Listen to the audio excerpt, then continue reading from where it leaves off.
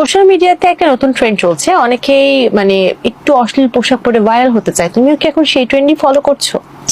ছি ছি ছি ছি ছি, এইটা তো কখনোই পসিবল না। থাকে না কিছু বিচ্ছিরি টাইপের পোশাকে, যে কিছুদিন আগে দেখলাম যে নাটকের একটা নায়িকা, এই যে সামিরা খান মাহি, আচ্ছা। একটা অনুষ্ঠানে গিয়ে সে এত বিচ্ছিরি একটা ড্রেস পরেছে, মানে সে চেয়েছিল যে নোরা ফাতেহিকে ফলো করে হট হতে চেয়েছিল, মানে হট হতে গিয়ে জাতির কাছে কট খেয়ে গিয়েছে।